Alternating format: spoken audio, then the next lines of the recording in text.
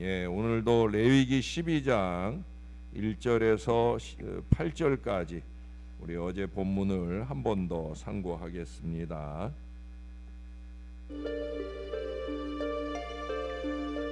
여호와께서 모세에게 말씀하여 이르시되 이스라엘 자손에게 말하여 이르라.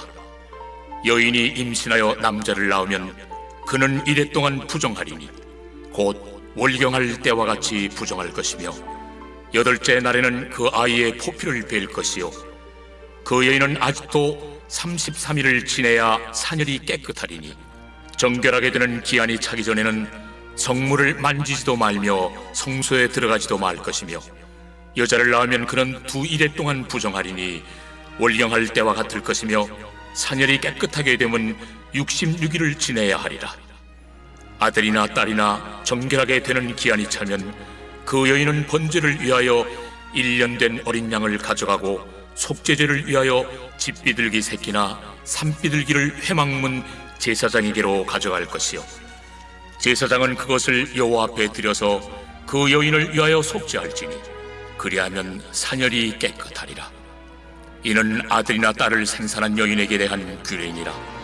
그 여인이 어린 양을 바치기에 힘이 미치지 못하면 산비둘기 2마리나 집비둘기 새끼 2마리를 가져다가 하나는 번제물로 하나는 속죄제물로 삼을 것이요 제사장은 그를 위하여 속죄할지니 그가 정결하리라. 아멘. 일본 전래 민담입니다. 민담이라 생각하고 들으시길 바래요. 한 청년이 사랑하는 여인이 죽을 병에 걸렸어요. 치료하는 방법은 산 사람의 생간을 먹으면 낫는다는 거예요. 청년은 놀랍게도 그 어머니를 죽였어요. 그 어머니의 생간을 꺼내 들고 병들어 누워 있는 그 사랑하는 여인에게로 달려갑니다. 근데 한참 달려가고 있는데 귓가에 자꾸만 무슨 소리가 들리는 거예요. 청년은 문득 발걸음을 멈추고 귀를 기울여 가만히 들어보니까 어머니의 목소리였어요. 어머니는 이렇게 말했습니다. 얘야, 넘어질라 천천히 가거라. 이게 어머니의 마음이라는 거죠. 이야기 하나 더 드릴게요. 그 자식은 아주 못된 놈이었어요. 마을 사람 모두가 못된 놈이라고 손가락질을 합니다. 주색 잡기에 투전에 늘 푹 찌든 놈이었습니다. 그날도 새벽녘이 다 되어 집 뒷담을 넘었습니다. 사방이 고요합니다. 다만 마당 건너편 사랑채 아버지 방에서 불빛이 새나오고 있을 뿐이었습니다. 그 자식은 아버지께 들킬까봐 발끝으로 조심조심 걸어서 자기 방 미닫이를 살그머니 열고 들어갔습니다. 성공이었습니다. 집안 사람 아무도 눈치채지 못하였습니다. 그놈은 희죽 웃으며 잠자리에 들었습니다. 그때 건너편 사랑채 아버지 방에 불빛이 꺼지는 것이 보였습니다. 그놈은 그제야 알았습니다. 그의 아버지가 제놈이 몸성이 돌아올 때까지 매일 밤 말없이 기다리고 계셨다는 것. 이게 아버지 마음, 어버이의 마음들입니다. 부모 마음이 다 이렇습니다. 이래서 하나님께서는 자녀들에게는 내 부모를 공경하라 말씀하셨지만 굳이 부모들에게는 부모들아 내 자녀를 사랑하라 이런 계명을 따로 주시지 않았어요. 왜냐하면 그건 기본으로 갖추어져 있기 때문이에요. 요즘 시대는 간혹 안 그런 부모도 있더라고요. 그러나 그건 사람이 아니고요. 적어도 사람이라면 동물들도 갖춘 이 자녀 사랑의 당연한 마음은 기본이라는 거죠. 여성은 약하나 어머니는 강하다 하는 말을 그래서 하는 겁니다.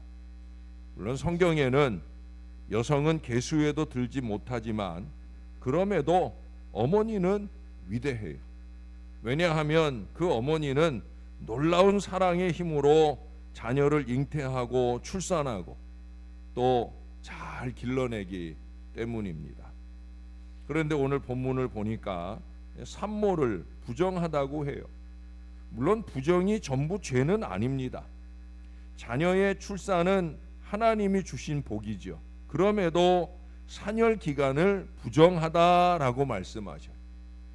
뭐 하나님이 부정하다 하시면 부정한 거예요. 그러나 그 부정을 통해서도 하나님은 복을 주신다는 거죠.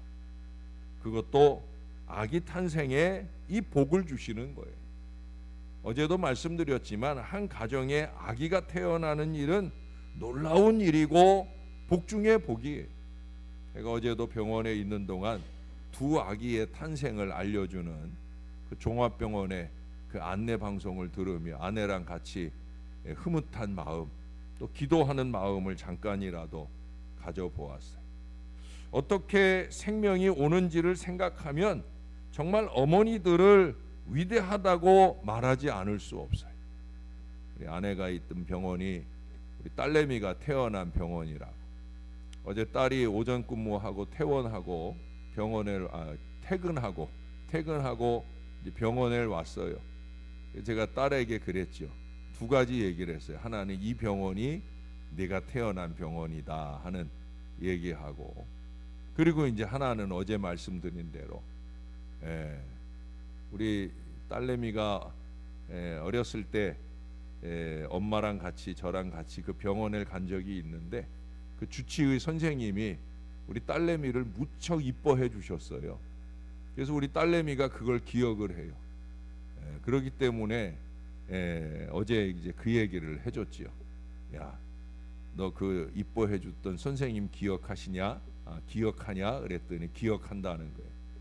그 선생님이 너 낳지 말라고 그랬었다고. 아기 가지면 절대 안 된다고 그랬다고. 너 목숨 걸고, 엄마가 목숨 걸고 낳은 자식이라고. 그래서 그렇게 얘기를 해줬더니 애가 그러냐고. 넌 그래서 갑절로도 소중한 자식이다. 제가 그런 얘기를 했어요. 어떤 아이는 그렇게 목숨 걸고 잉태가 되거나 목숨 걸고 태어나기도 하는 거예요. 소중한 자식인 거죠. 그러나 하나님 백성 중 여인이 아들을 낳으면 그 어머니는 7일 동안 마치 월경할 때처럼 부정하다고 2절에 말씀을 해요. 그런 다음에도 산모는 피로 더럽게 된 그 몸이 깨끗하게 될 때까지 33일 동안 집안에 머물러 있어야 한다고 4절에 말씀합니다.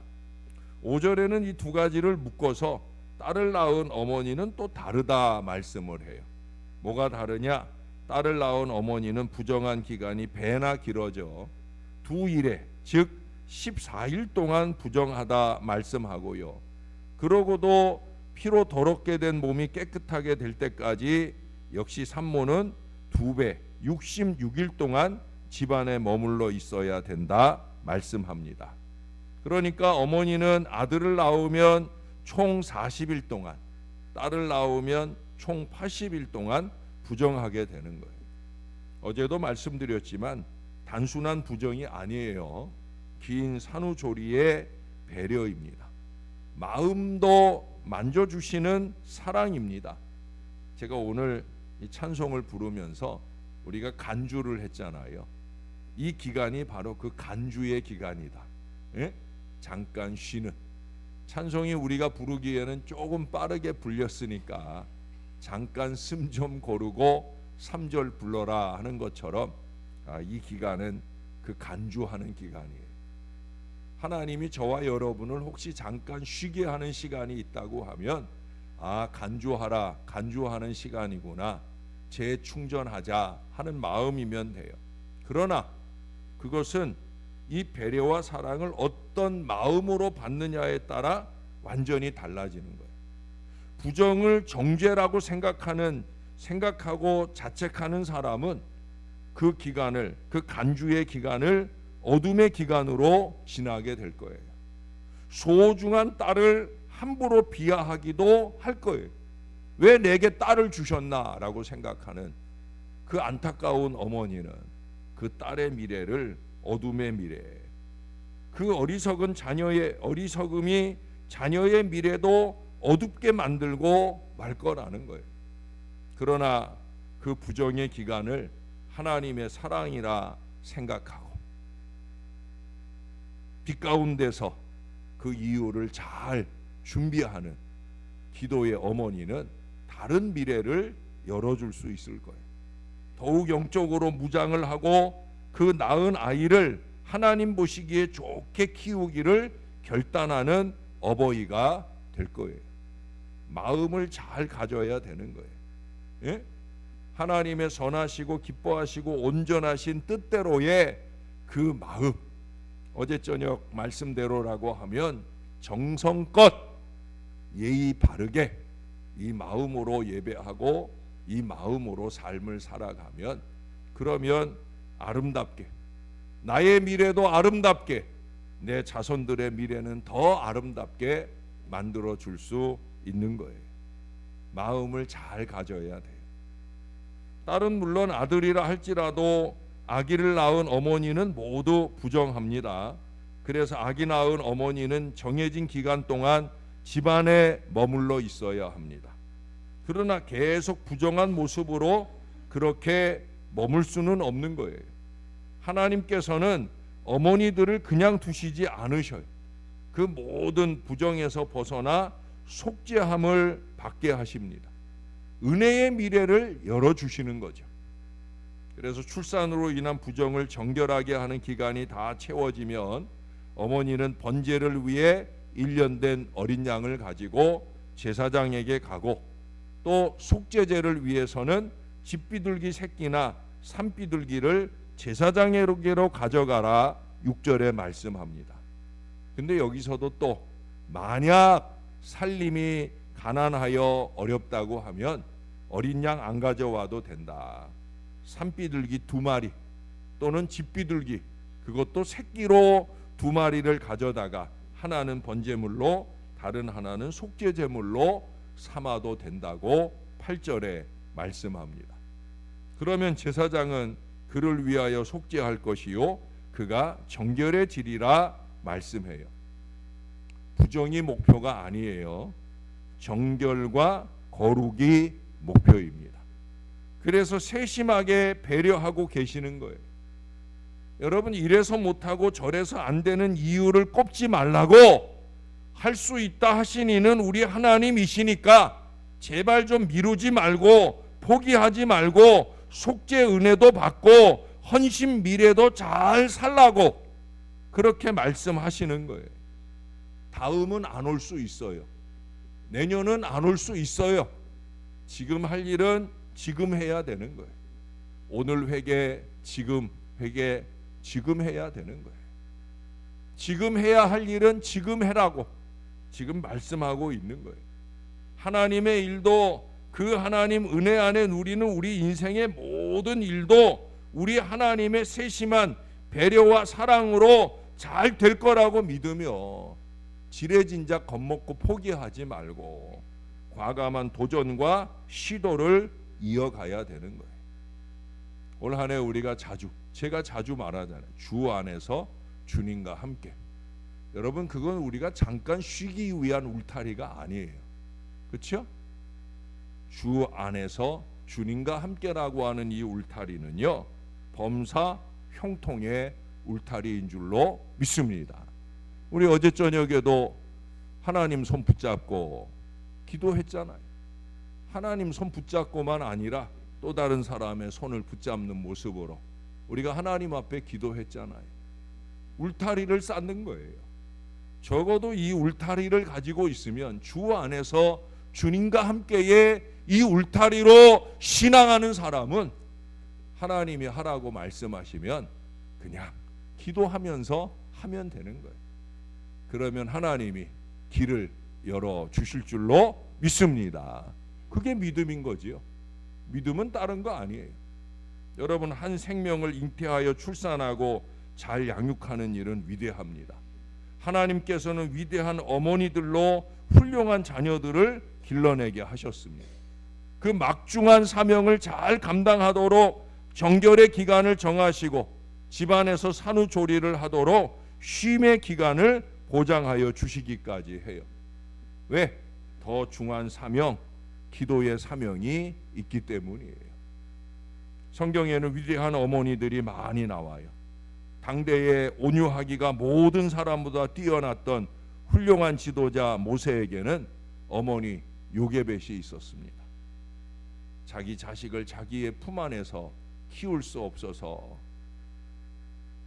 그 강에 뛰어보내야 될 수밖에 없는 안타까운 눈물을 하나님이 보시고, 모세는 비록 바로 궁에서 자라게 되지만 그 어머니 요게벳 품에서 자라났기에 그래서 민족의식을 잃지 않았던 걸 우리가 압니다. 어머니의 눈물이 소중한 거죠. 타락한 이스라엘 백성을 미스바에서 회개시키고 민족을 구원한 사무엘에게도 기도하는 어머니 한나가 있었습니다. 디모데의 어머니 유니게도 경건한 유대인이었고, 디모데는 어머니로부터 거짓 없는 믿음을 이어받을 수 있었다고 바울은 증거해 줍니다. 오늘날에도 하나님 나라를 세워갈 일꾼을 길러낼 위대한 어머니들이 필요합니다. 가장 위대한 어버이는 기도하는 어버이예요. 그것도 풍월 기도가 아니라 능력 기도의 어버이가 되어야 합니다. 하나님 보시기에 좋은 신앙과 삶을 잘 살아내는 경건한 어버이. 그래서 그 자녀들을 위해 기도할 때마다 주 안에서 주님과 함께의 이 넓은 울타리를 통해 풍성한 응답을 안겨주는 어버이. 우리 새벽 용사들은 모두 다 그런 어버이들이 되시기를 우리의 가장 좋은 어버이이신 우리의 구주 예수 그리스도의 이름으로 간절히 축원합니다. 기도하겠습니다. 참 좋으신 우리 하나님, 우리들에게 어버이를 주셔서 우리가 이 땅에 태어나게 하시고 그 어버이들의 손길, 눈물과 희생의 손길로 통해 이만큼이라도 살게 해주셔서 감사합니다. 이제는 초로에 힘없고 늙은 어버이라, 그래서 그 어버이를 함부로 무시하는 안타까운 자식들도 있지만 그런 자식들을 향해서도 여전한 사랑의 마음으로, 배려의 마음으로, 기도의 간절함 속에 살 수 있도록 우리의 어버이들을 지켜주시니 감사를 드립니다.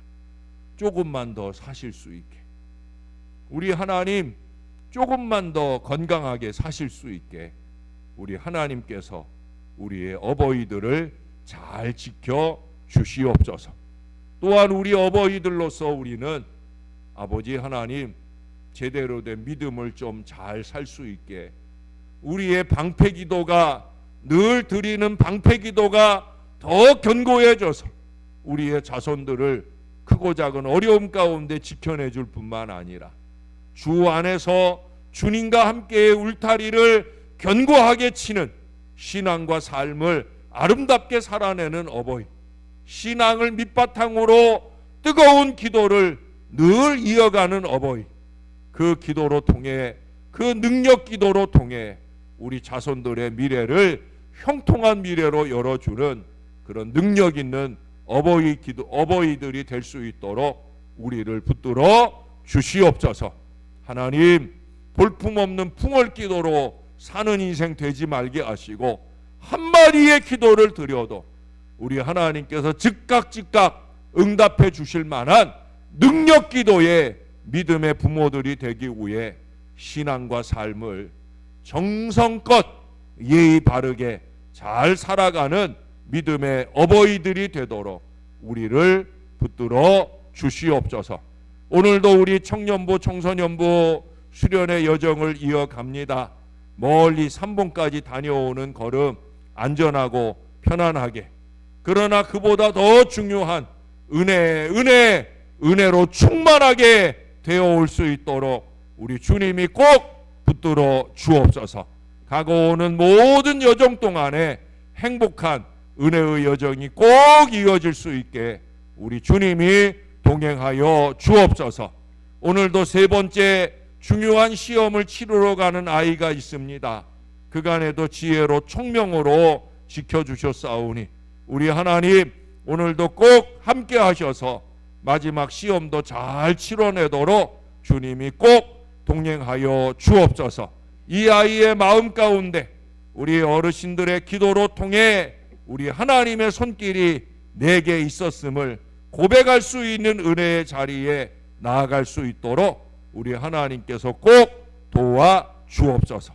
우리 하나님이 영광 받으시는 우리 자손들의 행복한 미래가 꼭 될 수 있게 우리 하나님께서 우리 아이들 한 사람 한 사람 잘 지켜 인도해 주시옵소서. 감사드립니다. 예수님 이름으로 기도합니다. 아멘.